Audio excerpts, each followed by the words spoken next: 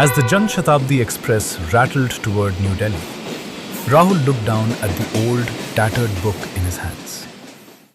It belonged to his late grandfather, a true bibliophile, whose tiny room back in Nanital was filled floor to ceiling with thousands of beloved books. His grandfather hadn't just loved reading, he had a deep passion for languages. Being a polyglot, the old man could fluently converse in Hindi, English, Sanskrit, and Urdu.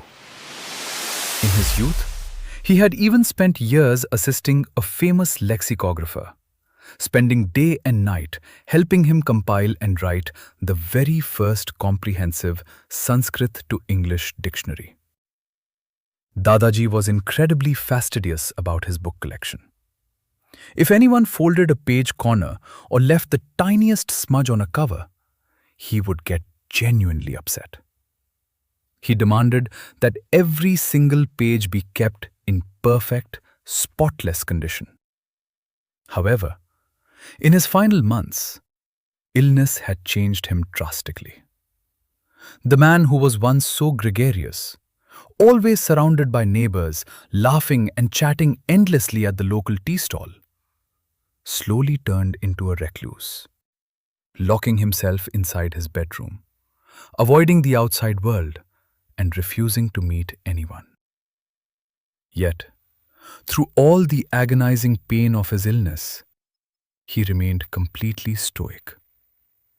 He never shed a single tear, never complained about his suffering, and endured his physical decline in absolute silence. Sitting on the train, Rahul opened the old book and found a folded piece of paper tucked inside. It was Dadaji's last letter to him. Because of the old man's trembling hands, the handwriting was almost entirely illegible. Rahul had to squint hard just to make out the messy, scribbled letters. The letter brought back warm memories of Dadaji's unique talents. Rahul smiled, remembering how his grandfather used to amaze him by writing the English alphabet with his left hand and the Hindi Varnamala with his right hand at the exact same time. A rare ambidextrous skill. He was also a dedicated philatelist, leaving behind 3 thick albums filled with rare historical postage stamps he had carefully collected over 50 years. Dadaji had always been a strict teetotaler, never touching a drop of alcohol in his entire life. And he constantly warned Rahul to stay away from bad habits. Don't become an incorrigible fool, someone whose habits are so deeply ruined that they can never be fixed, Dadaji used to say during his sudden extempore speeches, delivering powerful life lessons on the spot without any script or prior preparation. Looking out the train window, Rahul realized that the world had moved on.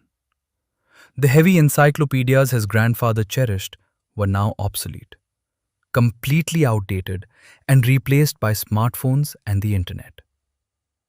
As the train finally arrived in Delhi, Rahul stepped onto the crowded platform.